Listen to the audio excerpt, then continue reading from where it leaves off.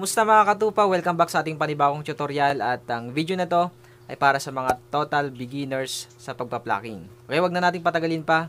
Tayo magsimula na.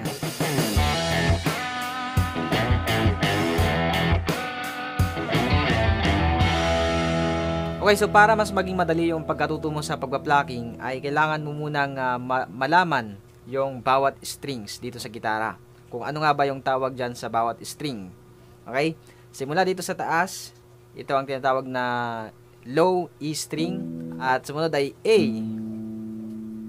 D, G, B, and high E string. Kung numbers naman ang pagbabasihan natin dito sa strings na to, simula sa baba, first string, pataas, second, third, fourth, fifth, and sixth. Okay? Hanggang umabot tayo dito sa low E string. Then, dito naman sa ating right hand, so, kailangan mo munang malaman para kung ano sasabihin ko mamaya ay masundan ninyo. Okay? Ito ay thumb, ito ay index, middle, ring, and pinky. Okay? Then, yung left hand naman natin, siya yung magko-chords dito sa ating fretboard. Right hand muna yung pagpupukosa natin. Itong left hand natin ay standby muna. Diyan muna siya. Of course, hindi dapat na mabigat yung kamay mo dito kasi mahihirapan ka sa pagpa-plucking. Okay? Kailangan magaan lang yung kamay mo, relax mo lang. Yun ang pinaka-key para mas mabilis kang matuto sa pagpa-plucking. So, bawat daliri ay may corresponding na strings na dapat yun lang ang tatamaan niya. Okay? But then, minsan nabe-break yung rules na to sa mga nagpa-plucking. Pero ngayon, susundin natin yung rules sa video na to, okay? Para hindi kayo maguluhan. Pero pwede nyo i-break yan. So, yung thumb ay para doon sa tatlong strings. Saan yun? Dito sa bass. Kumbaga, ito yung mga kakapal na strings. Kung mapansin nyo sa inyong gitara. Okay, simula dito sa taas, E, A, D. Trabaho yan ng thumb. Kumbaga, yun yung tatamaan ng thumb natin. Depende yan sa magiging chords ng kanta. Okay? Para dyan yung thumb natin. At yung rest of the fingers, minsan, isa lang ginagamit sa pag-pipick ng strings sa baba. Minsan naman dalawa, minsan naman tatlo. At di ko lang alam kung may gumagamit ng pinky. Okay?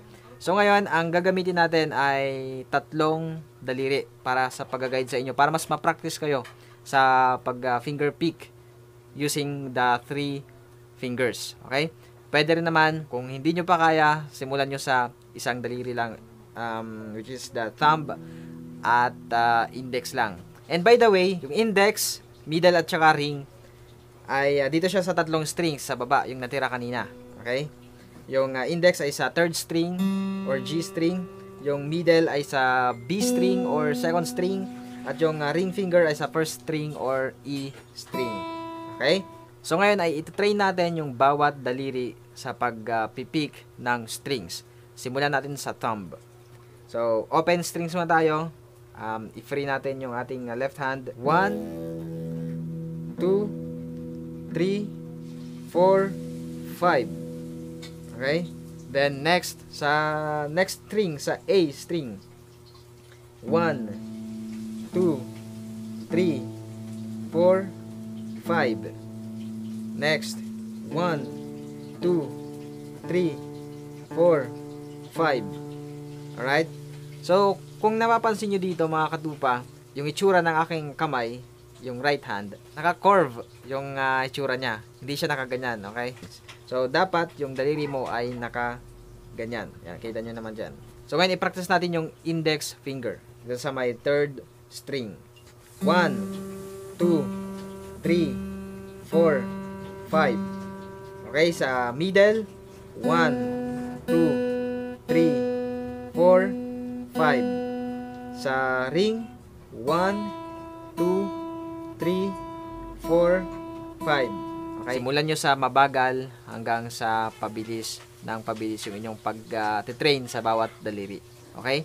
Alright, so option yon na pwedeng nakahang lang yung kamay nyo dito sa tapat ng strings. At meron namang gumagawa ng nakalagay yung pinky sa baba ng strings or dito sa bandang ito. Okay? Para daw nakasupport sa kamay, okay? Para hindi sila mas mahirapan. Pero depende yan sa comfort nyo. So ngayon naman ay magbibigay ako sa inyo ng isang pattern na pwede nyong gawin para sa pag-train ng inyong daliri sa pagpa-plucking. Okay? And then dito sa ating left hand ay mamaya ay mag-chords tayo using the basic chords, just the key of G. Okay? So dito muna ulit tayo sa right hand. Okay, yung pattern na to, ganito, simula sa thumb, index, middle, index, ring, index, middle, and last one, balik sa index. Okay? Ulitin ko. Bagalan natin. Thumb, index, middle, index, ring, index, middle, index. Okay? Ngayon ay i-play natin siya ng dire-diretso sa mabagal muna. Okay? So naka G chord tayo.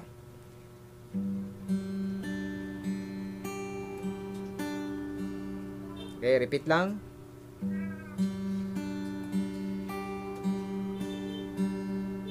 Okay? So ngayon medyo bilisan natin. Kung kaya nyo na, syempre simulan nyo muna sa mabagal.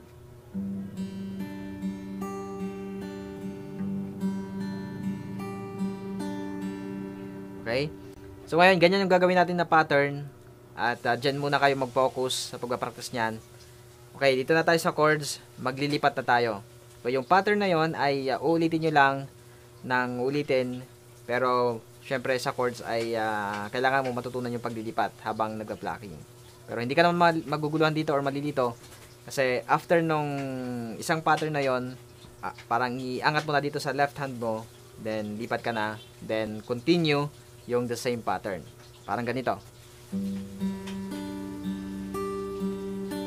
Okay, tas angat, lipat sa C or C add 9. Okay, yung kanyang thumb ay dito na tumama sa A string kasi nandito na yung kanyang bass note or root note.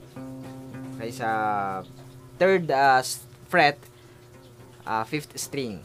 Okay, dito ka na magsisimula. Tas yung rest of the fingers ay doon pa rin sa kanyang corresponding strings.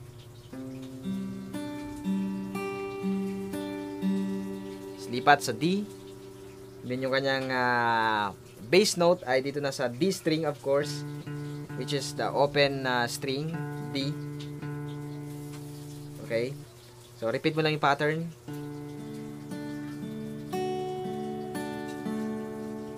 Alright. Simulan mo sa mabagal hanggang sa bumilis ng bumilis.